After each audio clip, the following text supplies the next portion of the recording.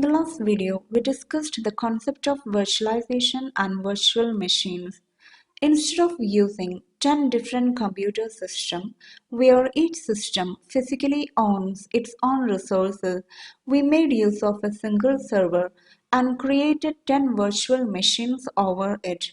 And thereby, we got many advantages such as better resource utilization, easy management, reduced cost, and so on. Now suppose instead of a single server or one or two servers, we require a stack of servers. Assume the situation in an IT enterprise. There we require a lot more servers with a lot more resources. So first of all, we should purchase all these servers with all the enough resources. This will require a great initial expense and great initial effort.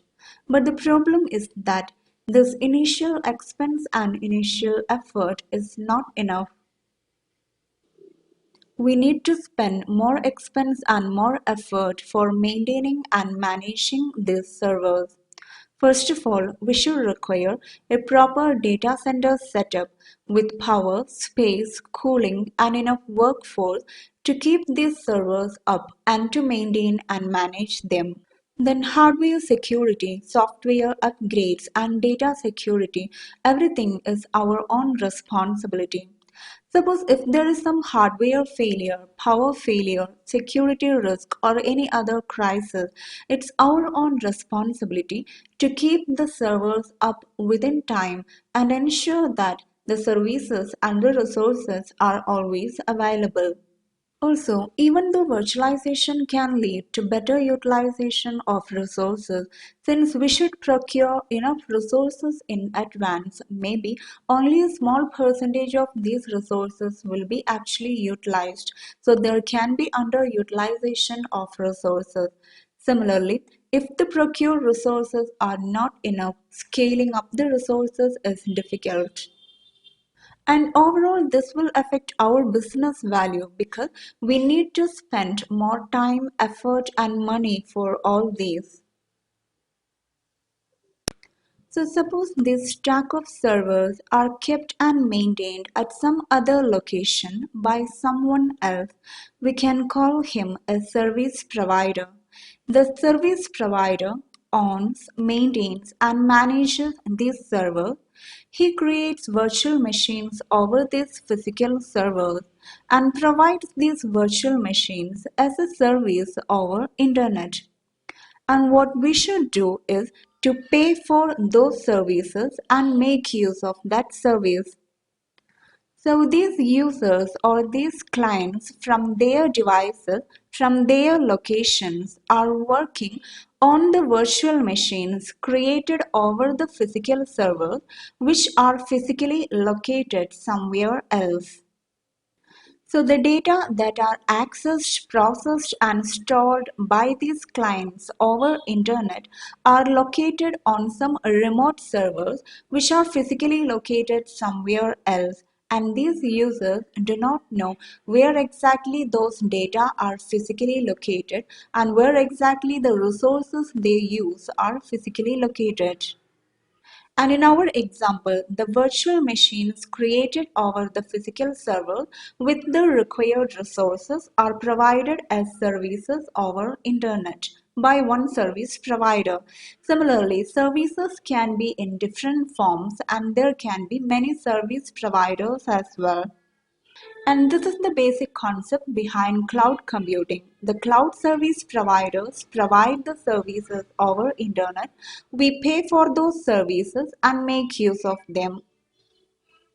So from this angle, we can view cloud computing as an on-demand delivery of services via internet on a pay-and-use mode. Similarly, from this angle, we can view cloud computing as the use of a network of remote servers over internet for storing, processing, and managing data rather than using local servers.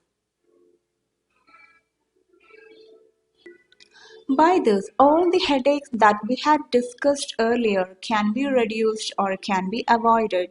Here we are not purchasing local servers, and buying the services over cloud computing is very easy. So the initial effort is reduced, and also we can buy only the required resources, thus the initial expense is reduced.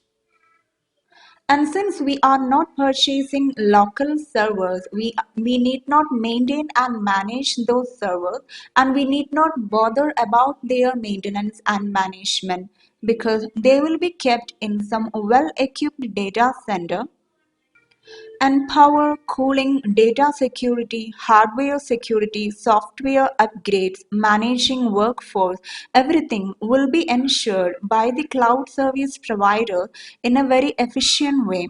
The data will be maintained there with advanced encryption, redundancy, and backup schemes, and we need not bother about it. The cloud service providers ensure that the data will be safe and the servers are always up and the services are always available even in case of some failure or crisis. So overall, we can avoid the management overhead. And we need to pay only for what we use and how long we use. We need to pay only for the resources we use and how long we use. This will lead to reduced cost. If some resources are not required, we can easily release them. And if more resources are required, we can scale up the resources. So there is scalability. We can scale up and scale down the resources in an easy way. Not only that, cloud system has mechanisms by which they automatically deliver or remove the resources according to the process needs. So there is elasticity as well. And the cloud service providers ensure that the cloud services are always available and they never run out of the resources. So, from the user's point of view or from the client's point of view, they have infinite resources in front of us, and the resources and services are always available. And these services can be accessed anywhere at any time over the internet. So overall, we can focus on our business and hence it will add to our business value.